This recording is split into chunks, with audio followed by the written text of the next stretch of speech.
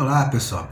Vocês já observaram que quando a gente vai se referir a determinadas profissões, a gente naturalmente atribui a elas gênero? Quando, por exemplo, a gente vai falar de professoras, ou quando a gente vai falar de enfermeiras, ou de pedreiros, ou de donas de casa? Diante das discussões atuais sobre as diferenças entre homens e mulheres e sobre a igualdade de direitos entre os gêneros, o que a doutrina espírita tem a dizer? Eu sou Daniel Salomão e o objetivo desse vídeo é justamente discutir esses pontos, claro que de forma mais resumida. As referências para a nossa discussão são os capítulos 4 da segunda parte e 4 e 9 da terceira parte de O Livro dos Espíritos, e também alguns textos da Revista Espírita e de obras subsidiárias. Os Espíritos vão nos informar, já de cara, que nós, enquanto Espíritos, essencialmente não temos sexo. Não somos homens, não somos mulheres. Mas assumimos esses papéis de acordo com as nossas necessidades de aprendizado, sejam provacionais, sejam expiatórias. Logo, isso já indica para nós que, do ponto de vista espírita, estar encarnado como mulher e estar encarnado como homem tem as suas diferenças. Porém, isso não indica de forma alguma que haja diferenças de direitos, ou que não deva haver igualdade de direitos entre homens e mulheres.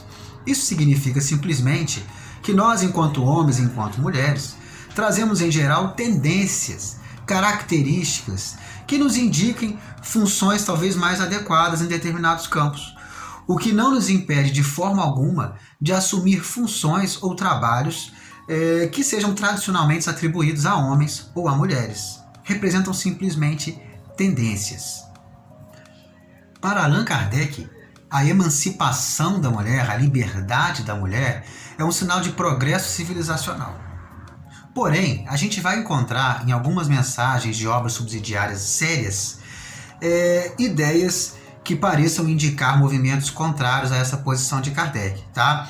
Como mensagens que recomendam o retorno da mulher ao lar, ou que colocam às vezes na mulher um peso de obrigatoriedade da maternidade. Por mais que essas mensagens sejam respeitáveis, é sempre importante a gente considerar que, diante de tudo que nos vem dos Espíritos, deve ser aplicado um método rigoroso proposto por Kardec, o controle universal do ensino dos Espíritos, e que talvez essas mensagens, que podem estar corretas ou podem estar equivocadas, talvez elas mereçam, ou talvez nós devamos aguardar mais comunicações dos Espíritos para que possamos tirar conclusões mais seguras, tá? Mas de qualquer forma, o que nós temos até o momento de forma mais segura é que a mulher, como homem, tem total liberdade de assumir os papéis que mais lhe cabem, que ela ou ele acham mais interessantes, tá? É bem interessante a gente observar, até no próprio movimento espírita, como isso tem funcionado de maneira saudável, Homens e mulheres assumem as mais diversas funções, sejam de palestrantes, sejam funções enquanto diretores, sejam enquanto médiums, evangelizadores, tá? Então, mais que a gente observe tendências diferentes de homens e mulheres em assumir essas funções, todos eles assumem, têm essa liberdade, o que é muito saudável, para o nosso movimento espírita. E como que isso se reflete no lar, na vida doméstica? Se nós entendemos que há diferenças de características, de tendências, há também, reforçamos, uma igualdade de direitos. Não podemos encontrar nada que determine que determinadas tarefas domésticas, que o cuidado da casa seja exclusividade do homem ou da mulher.